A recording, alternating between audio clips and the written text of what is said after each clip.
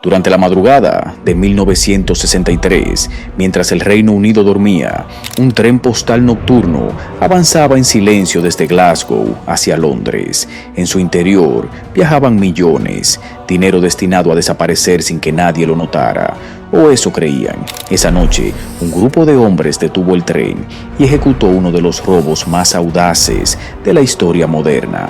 No hubo disparos, no hubo víctimas, solo precisión, nervios de acero y un botín que al valor actual de más de 50 millones de euros, el golpe sacudió al país entero, humilló a la policía británica y transformó a simples criminales en leyendas urbanas. Pero detrás del mito existe una verdad mucho más oscura, una historia marcada por traiciones, errores fatales y un juego implacable del gato y el ratón que se extendió durante décadas. Hoy te contamos la historia completa del robo al tren de Glasgow, una operación que parecía perfecta hasta que dejó de serlo. Para comprender cómo se ejecutó el robo, es fundamental entender por qué el objetivo fue el tren de Glasgow. No se trataba de un tren cualquiera, era el tren postal nocturno del Reino Unido, una auténtica columna vertebral del sistema de correos. Cada noche transportaba toneladas de cartas, paquetes, documentos oficiales y enormes sumas de dinero a lo largo del país, aprovechando que las vías estaban casi completamente despejadas. Mientras el tren avanzaba en la oscuridad, su propio personal clasificaba el correo en movimiento, permitiendo que todo llegara con rapidez y precisión a su destino final. Sin embargo, existía un detalle clave, uno que lo volvía tan valioso como vulnerable. Nadie fuera del sistema sabía con exactitud en qué vagón se encontraba el dinero. No había marcas, no había señales. Todo estaba diseñado para pasar desapercibido. Esa combinación de rutina, confidencialidad y movimiento constante convirtió al tren de Glasgow en un objetivo perfecto. Un blanco, silencioso, cargado de valor, viajando cada noche a través de la oscuridad. Todo comenzó con una figura en las sombras, un informante conocido únicamente como el hombre del interior. Nadie sabía su nombre, nadie conocía su rostro, pero lo que sí tenía era información letal.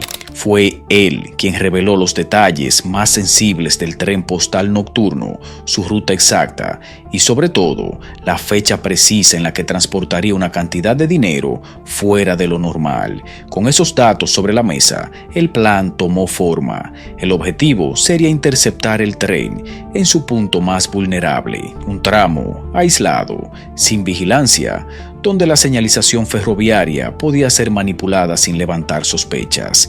Era una ventana mínima, una sola oportunidad, y quienes estaban detrás lo sabían. Si fallaban, no habría una segunda chance. Al frente de la operación estaba Bruce Reynolds, un ladrón de guante blanco, respetado y temido dentro del mundo criminal británico. No buscaba caos ni violencia, su ambición era otra: ejecutar un golpe limpio, preciso, de una escala jamás vista, y hacerlo sin disparar una sola bala. Para lograrlo, Reynolds reunió a una banda de 16 hombres. No fueron elegidos al azar, cada uno cumplía una función específica: exmilitares para la disciplina, técnicos ferroviarios para sabotear la señalización, falsificadores, expertos en comunicaciones y conductores profesionales para la huida. No era una pandilla, era una unidad, una máquina diseñada para un solo objetivo. Entre los nombres clave estaban Tommy Wisby, responsable del transporte, Charlie Wilson, el segundo al mando, y Gordon Goody, especialista en logística. También formaban parte Roy James, piloto de carreras y conductor experto, y Brian Field, el enlace legal del grupo, el hombre encargado de abrir puertas, borrar rastros y proteger a la banda después del golpe.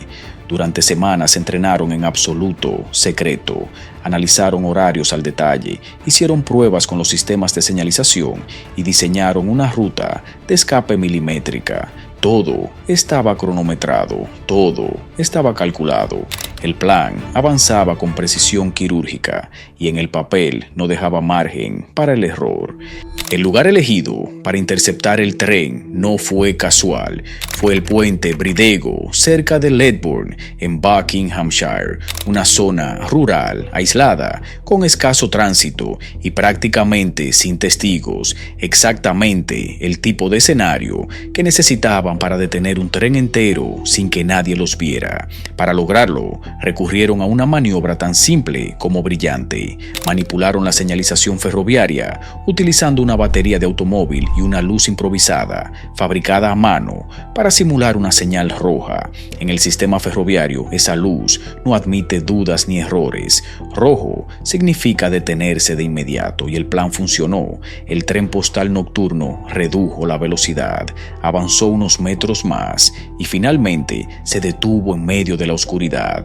En ese instante comenzó la ejecución del golpe. Todo ocurrió rápido, preciso, sin margen para la improvisación. Cada movimiento estaba calculado como un mecanismo de relojería. Jack Mills, el maquinista del tren, se convirtió en la única víctima directa del asalto. Se negó a colaborar, no cedió ante las órdenes y por esa resistencia fue golpeado brutalmente con una palanca, quedando inconsciente. Sobrevivió, pero ese momento marcaría el único acto de violencia de todo el robo. Con el control del tren asegurado, los ladrones pasaron a la siguiente fase. Desconectaron los vagones traseros, dejando únicamente aquellos que transportaban el dinero. Luego, con la ayuda de un cómplice con experiencia ferroviaria, movieron la locomotora hasta el puente Bridego. Allí, bajo la noche cerrada, comenzó la descarga. En apenas 30 minutos, cargaron más de 120 sacos en sus vehículos. Después, desaparecieron sin dejar rastro.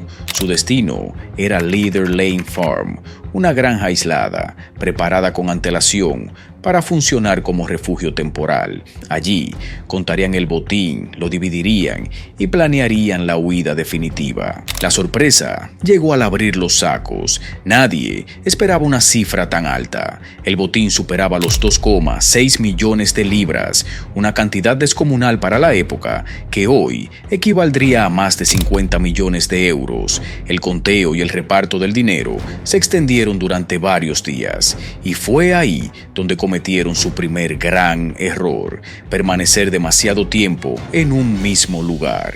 Habían calculado cada detalle del robo, pero subestimaron algo crucial: la persistencia de una investigación a gran escala. En los días siguientes, el asalto copó las portadas de todos los periódicos del Reino Unido.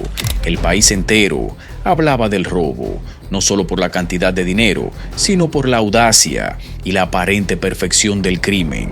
Bajo la presión de la opinión pública y del propio gobierno, la policía lanzó una investigación masiva y poco a poco comenzaron a aparecer las primeras grietas en el plan. La pista inicial llegó cuando un granjero local reportó movimientos sospechosos cerca de Leader Lane Farm.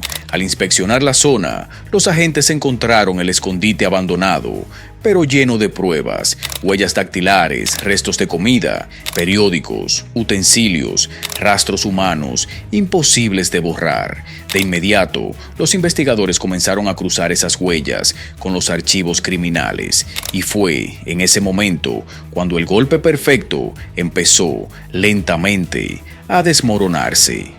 Durante los días siguientes, las sombras comenzaron a disiparse.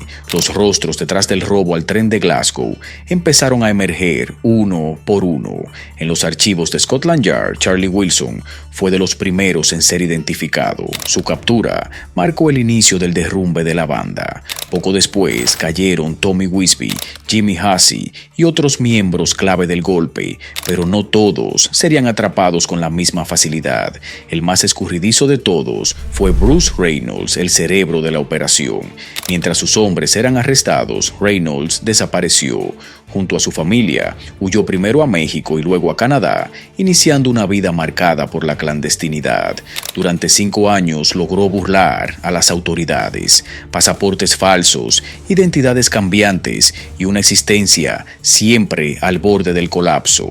Su fuga terminó en 1968, cuando finalmente fue localizado y detenido. Para entonces, su leyenda ya estaba construida. Durante los primeros años, otro nombre se convertiría en sinónimo de fuga y escándalo: Ronnie Biggs. Capturado y condenado a 30 años de prisión, parecía que su historia había llegado a su fin, pero en 1975 protagonizó una evasión que alimentaría el mito. Escaló un muro, descendió con una cuerda improvisada hecha de sábanas y se desvaneció en la noche.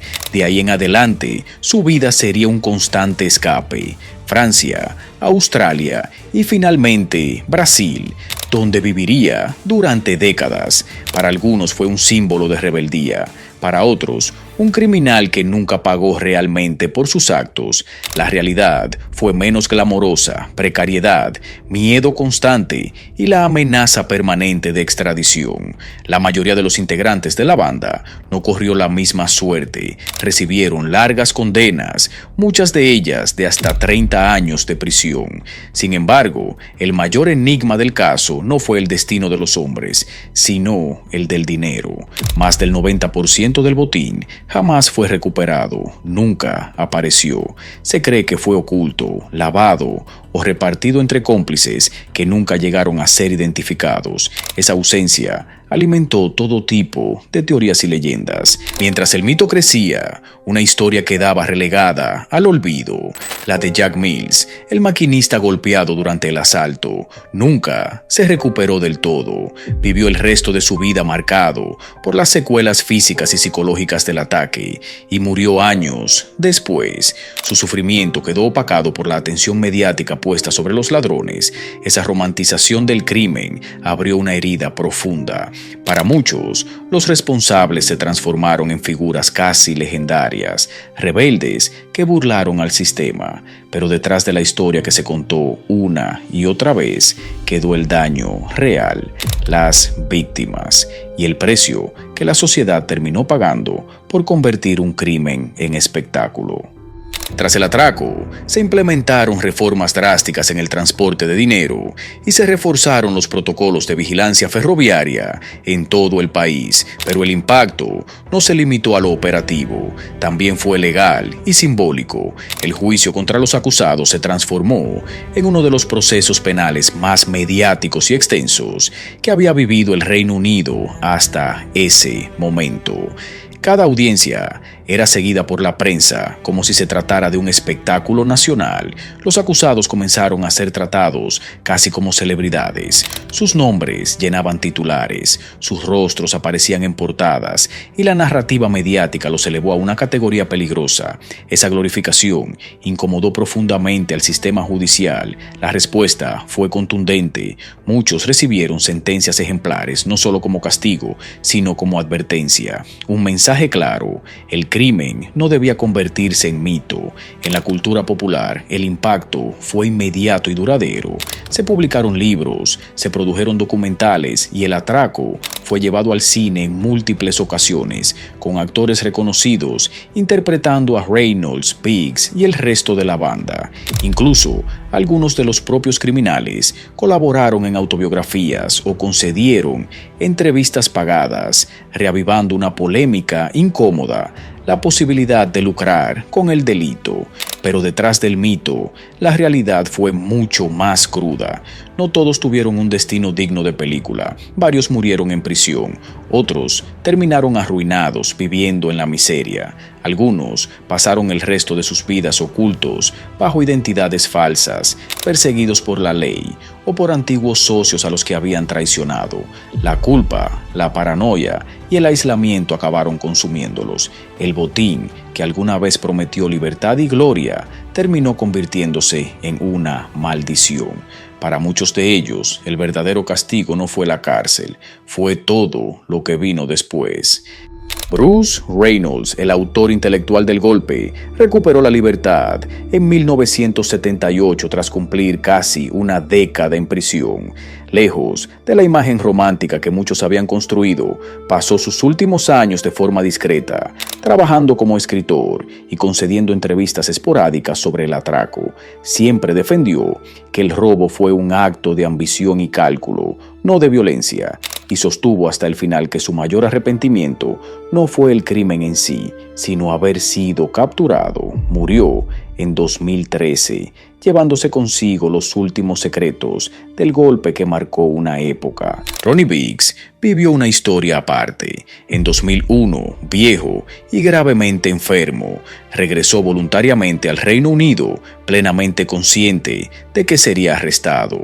Volvió a prisión, pero en 2009 fue liberado por razones humanitarias. Falleció en 2013, el mismo año que Reynolds. Para algunos, su regreso fue un gesto de redención tardía. Para otros, una última maniobra mediática. Lo cierto es que su figura quedó grabada para siempre en la cultura criminal del siglo XX. En cuanto al botín, la historia es aún más inquietante. Solo se recuperaron alrededor de 400,000 libras. Durante décadas, familiares y allegados de los ladrones fueron vigilados bajo la sospecha de haber recibido parte del dinero. Las investigaciones continuaron de forma intermitente, pero nunca lograron resultados concluyentes. La mayor parte del botín simplemente desapareció, alimentando la incómoda idea de que, en cierto sentido, el crimen sí funcionó. Hoy, el Puente Bridego se ha convertido en un lugar de peregrinaje para curiosos y aficionados al true crime. Algunas compañías incluso ofrecen recorridos que señalan los puntos exactos donde se ejecutó cada fase del atraco. Existen placas conmemorativas y el caso ha sido recreado en series, películas y videojuegos. Leather Slate Farm fue demolida, pero su historia sigue viva en la memoria colectiva del Reino Unido. Con esto, culminamos este caso. Gracias por acompañarnos hasta el final de este video. Y si te interesan las historias de robos, engaños y estafas que desafiaron al sistema, te invitamos a ver nuestro video anterior, El robo al Museo Isabella Stewart Gardner en Boston, el mayor robo de arte de la historia, con más de $600 millones que nunca pudieron recuperarse.